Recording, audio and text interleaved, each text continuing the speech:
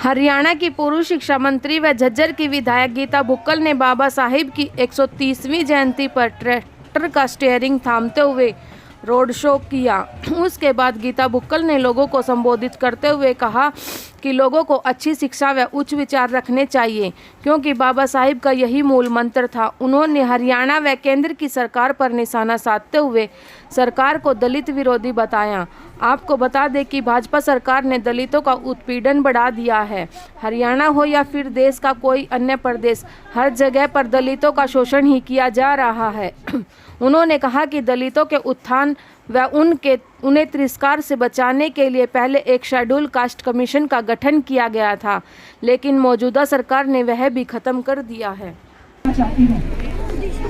जो bonafide resident certificate होता है, जिसको हम डोमिसाइल सर्टिफिकेट कहते हैं, डोमिसाइल में सरकार ने पहले जो व्यक्ति 15 साल प्रदेश में रह सकता था उसको डोमिसाइल दिया जाए। हमें ये सारी चीजें, केवल ये नहीं कि अम्बेडकर जयंती पर हम इकट्ठे हुए, हमने बहुत श्रद्धा के साथ उनका केक काटा, फूल बरसाए, उनके आगे हाथ जोड़े, लेकिन हमें समझना होगा अपने अधिकारों को।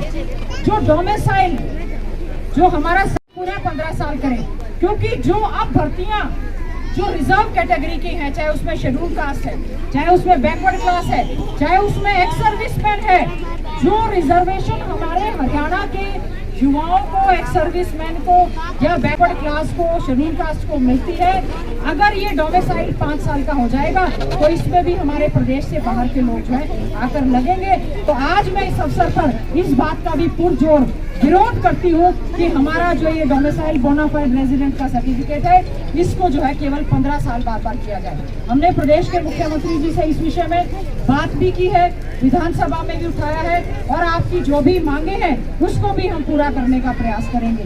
हमारे समाज सारा इकट्ठा हुआ है, गाँव इकट्ठा हुआ है। मैं आपको बहुत बहुत बधाई, शुभकामनाएं देती हूँ। बहुत अच्छा संकेत है कि हम बाबा साहेब भीमराव अम्बेडकर जी, जिनकी जयंती न केवल आज हरियाणा प्रदेश में गांव मातनहेल में, बल्कि विश्व के कोने कोने में उनकी जयंती मनाई जा रही है। एक ऐसा व्यक्तित्व है कि दुनिया के बहुत से देशों में उनकी प्रतिमा जो है वो स्थापित की जा रही है। हमारे हरियाणा के विधानसभा में भी प्रतिमा स्थापित हुई है।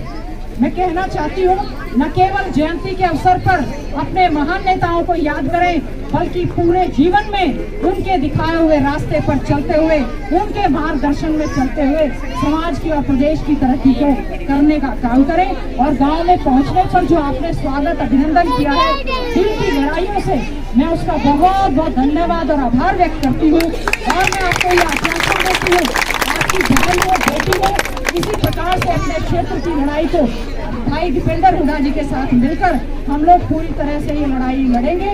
और आज इस अवसर पर एक गांव में कम्युनिटी सेंटर बड़ा सा, चाहे उसमें 30 लाख रुपए लगे, चाहे 40 लाख रुपए लगे, चाहे 50 लाख रुपए लगे, गांव अच्छी सी जगह देखकर हमें वो जगह दे दे।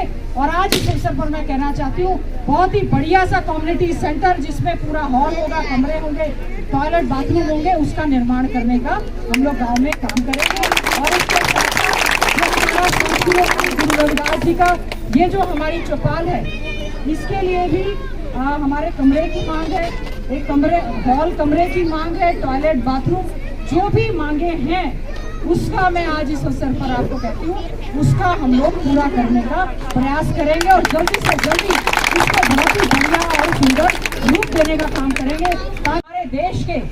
हमारे देश के मुख्य कानून मंत्री भी थे, इसीलिए उन्होंने बहुत अच्छे ढंग से प्रयास किया कि संविधान का जो है अच्छा निर्माण हुआ है, वो अच्छे ढंग से लागू भी हो।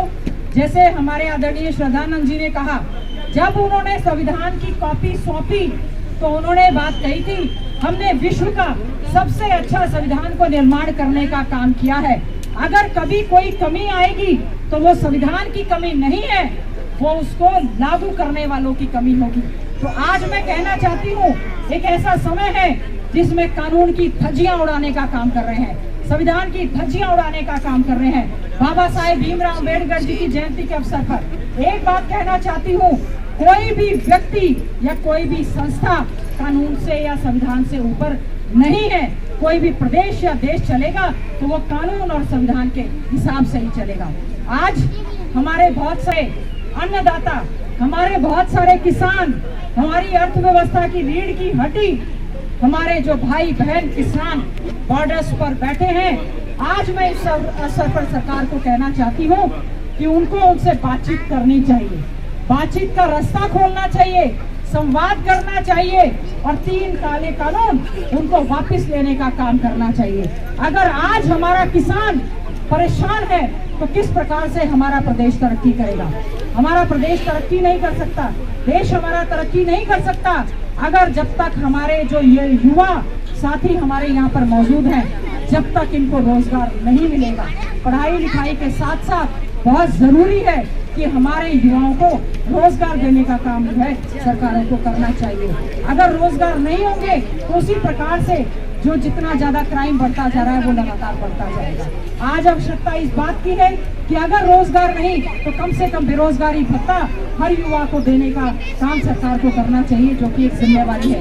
मैं आप सबका धन्यवाद करती हूँ कि आप सबने अपना आशीर्वाद देकर मुझे हरियाणा की विधानसभा में भेजने का काम किया है। चौथी बार आपके आशीर्वाद से हरियाणा की विधानसभा में गए और मुझे इस बात की खुशी है और आपको भी इस बात का गर्व होना चाहिए कि मैंने आपकी बेटी ने विधानसभा में आपके मान सम्मान की पगड़ी को हमेशा ऊंचा रखने का काम किया है।